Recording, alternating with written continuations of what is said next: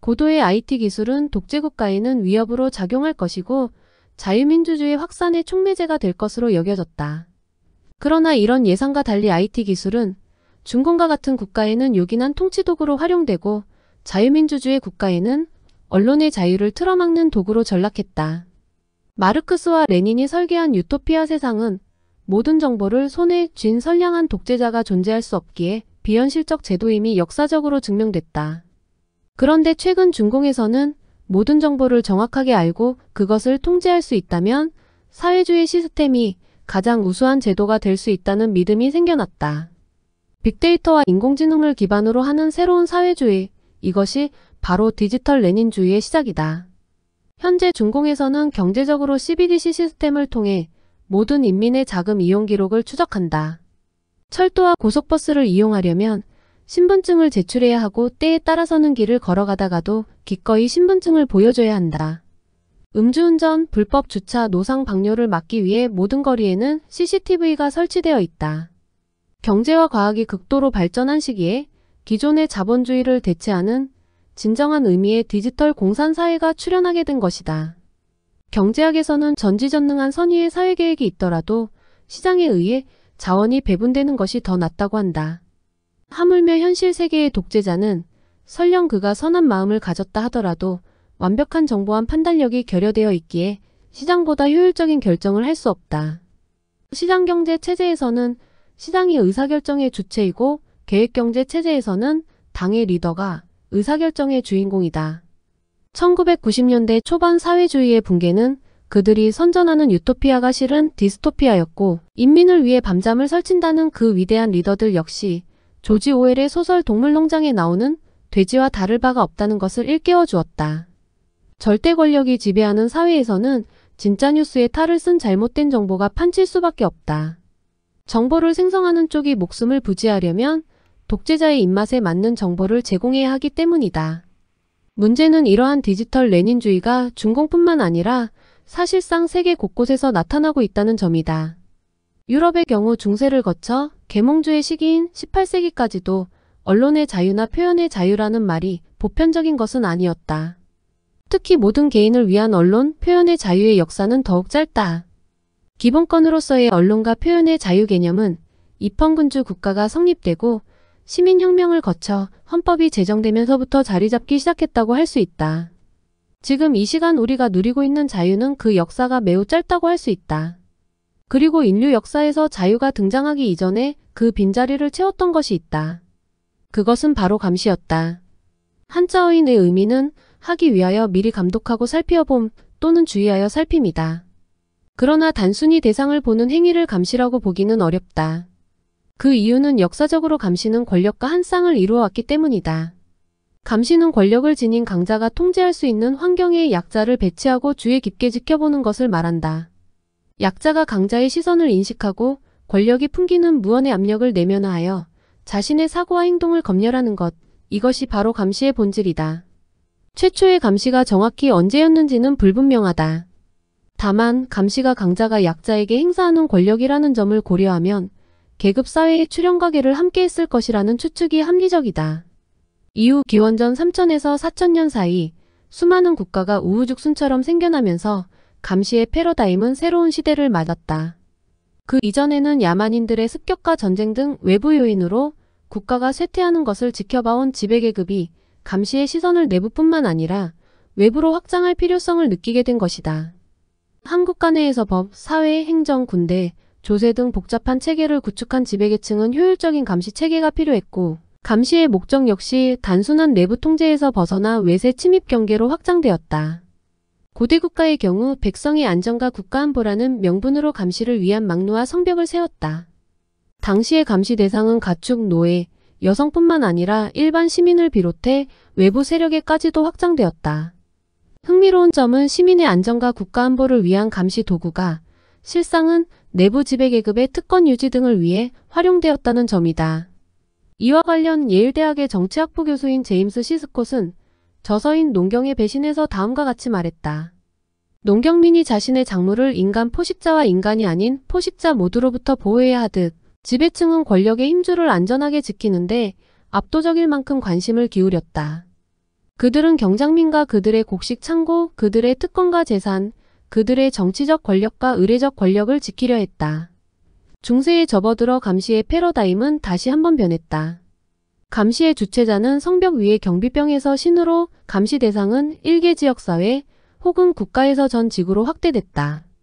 종교적 교리가 견고했던 중세시대에 신의 감시는 강력한 규율로 작용했다.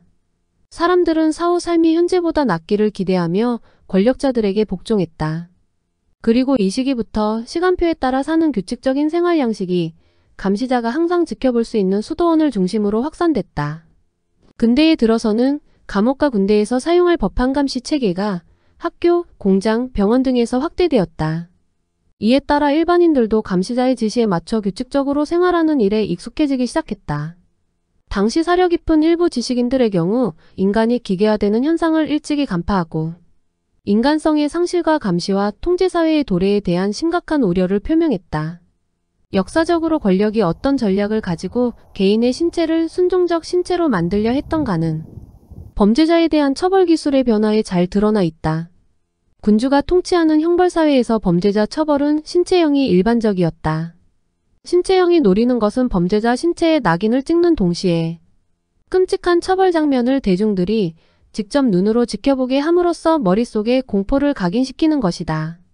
이를 통해 군중들로 하여금 범죄가 가져올 고통을 떠올리게 하는 동시에 도저히 저항할 수 없는 군주의 무서운 힘을 절감하게 만든다. 이때 죄인이 고통으로 신음하고 비명을 지르는 것은 사법의 수치가 아니라 권력이 잘 작동되고 있음을 보여주는 증표일 뿐이다. 반면 근대적 규율 사회에서 감옥형은 신체형과 달리 범죄자를 처벌하는 장면을 외부에 보여주거나 신체적 고통을 통해 범죄 행위에 상응하는 보복을 가하는 대신 시간표로 운영되는 규율을 통해 범죄자를 훈련하고 통제하며 길들이는 데 주안점을 둔다. 프랑스에서 두 차례의 대혁명을 거치면서 형벌 제도가 대폭 손질된 후 1838년 작성된 파리 소년감화원을 위한 규칙은 오전 5시 첫 번째 북소리와 함께 일어나 오후 연리릇이 취침하기까지 시간대별로 재소자들이 지켜야 할 수칙을 자세히 소개하고 있다. 불과 100년도 안 된 시기에 신체형이 지배하는 형벌사회에서 감옥형이 지배하는 규율사회로의 극적인 변화 배경에는 계몽사상의 승리나 인본주의 확립을 넘어 자본주의 발전과 함께 등장한 새로운 권력의 전략적 의도가 숨어 있다고 한다. 근대적 감옥은 18세기 영국의 철학자 제러미 벤담이 구상한 파놉티콘 원형 감옥을 이상적 모델로 하고 있다.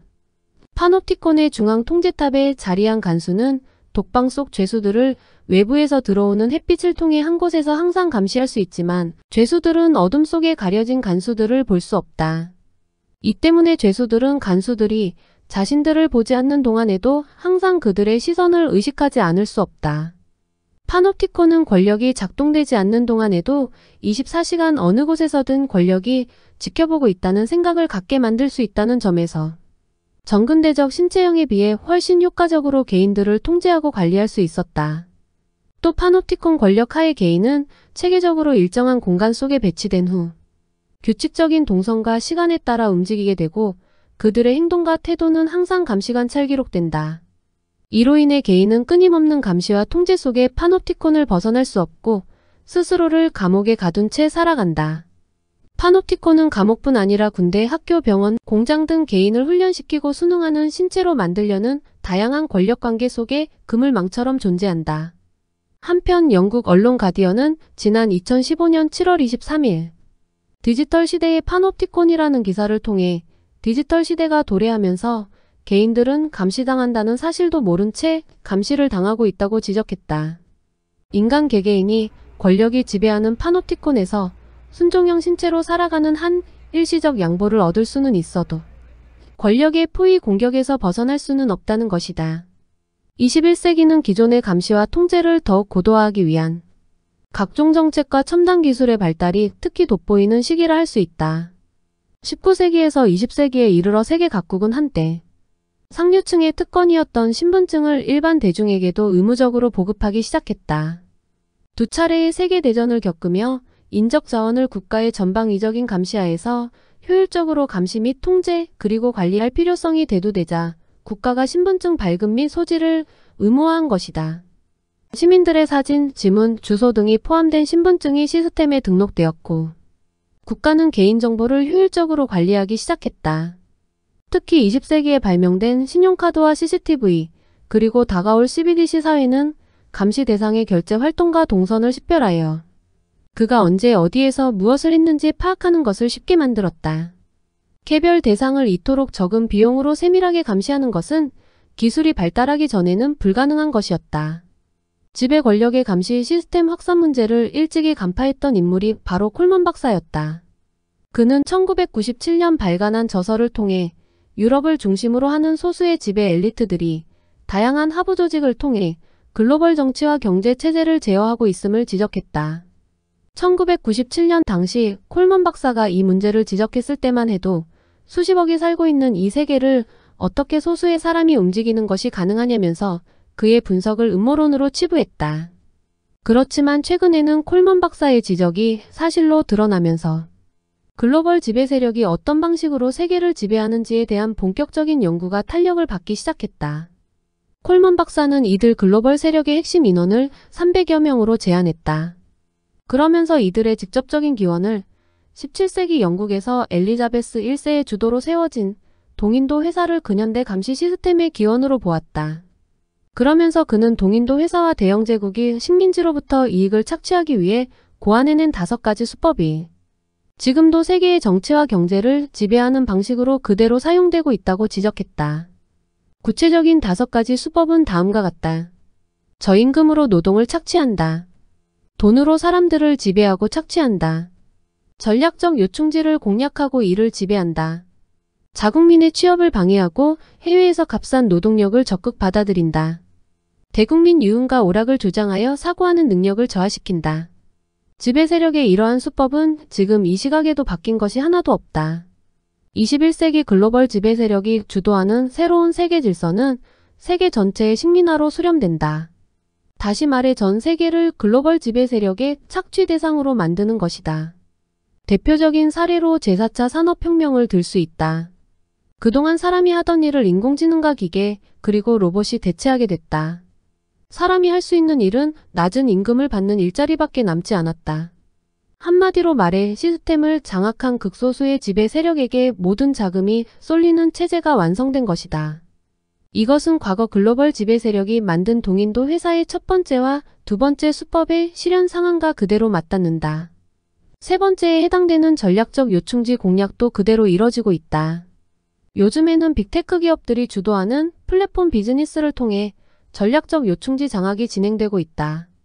이들 플랫폼의 사용료를 착취당하지 않으면 비즈니스가 이루어지지 않는 것이 21세기 사회의 특징이다. 선진국에서는 1980년대부터 국민이 나태해져서 힘든 일이고 어려운 일이고 일을 좀처럼 하지 않는 현상이 발생하기 시작했다. 특히 이런 문제가 심했던 국가가 미국, 영국, 프랑스, 독일과 같은 구미의 선진국들이었다. 결국 이들 국가는 외부로부터 이민을 촉진시켜 외부 세력으로 경제를 돌렸다. 이와 동시에 노동자들에 대한 저임금을 주는 시스템을 구축했다. 이러한 흐름은 현재 한국이나 일본 등 동북아의 산업 국가들이 그 뒤를 이어가고 있다. 이러한 착취 시스템의 완성을 위해 지배 세력이 만든 것이 바로 스마트폰이다. 이것은 과거 글로벌 지배 세력이 중국에 퍼뜨린 물질과도 같은 것이다.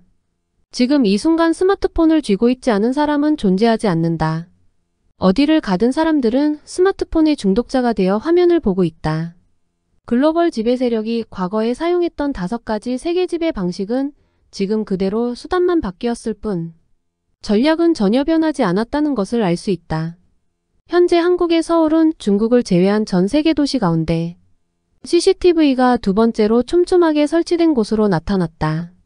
영국 사이버 보안 업체 컴페리텍이 세계 150개 주요 대도시의 CCTV 대수를 조사하여 발표한 보고서를 보면 서울의 감시 카메라 수는 총 144,513대, 1제곱마일로는 618.45대로 집계됐다. 단위 면적당 카메라 수로는 세계 2위에 해당된다. 한편 1제곱마일당 카메라 수가 가장 많은 도시는 인도 델리로 서울보다 2배가량 많은 1490.19대였다.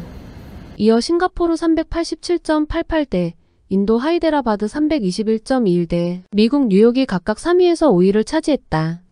면적이 아닌 인구를 기준으로 보면 중공 도시들의 감시 카메라 수가 압도적으로 많았다. 컴페리텍은 정보통신 데이터 제공업체 IHS마켓의 다른 보고서를 인용해 올해 중국 도시들의 총 6억 2,600만 대, 인구 1000명당 439.07대의 카메라가 설치됐다고 밝혔다. 인구 2명당 1대꼴이다. 이어 인도의 도시들이 24위를 차지했고 싱가포르, 모스크바, 바그다드, 서울, 상트페테르부르크, 런던이 뒤를 이었다. 신약 성경에는 깨어있으라는 말씀이 무려 22차례에 걸쳐 등장한다. 우리는 지금 빛과 어두움이 선명하게 갈라지는 시대에서 살고 있다. 그래서 우리는 선택해야 한다. 여기에 중립은 존재하지 않는다. 빛에 속할 것인지 아니면 어두움에 속할 것인지 선택해야 한다. 악을 행하는 자들은 아주 확실하게 악을 행하고 빛을 선택하는 자들은 빛의 사람들이 된다. 다시 말해 우리의 영혼이 깨어 있어야 한다. 우리가 영적으로 깨어있지 않으면 승산이 없다. 우리 안에 어두움이 머물러 있지 못하도록 빛 안으로 들어가야 할 때가 아닌가 생각된다. 빛과 어두움 둘 중에서 선택해야 한다. 우리 스스로가 어두움을 용납해서는 안 될 것이다.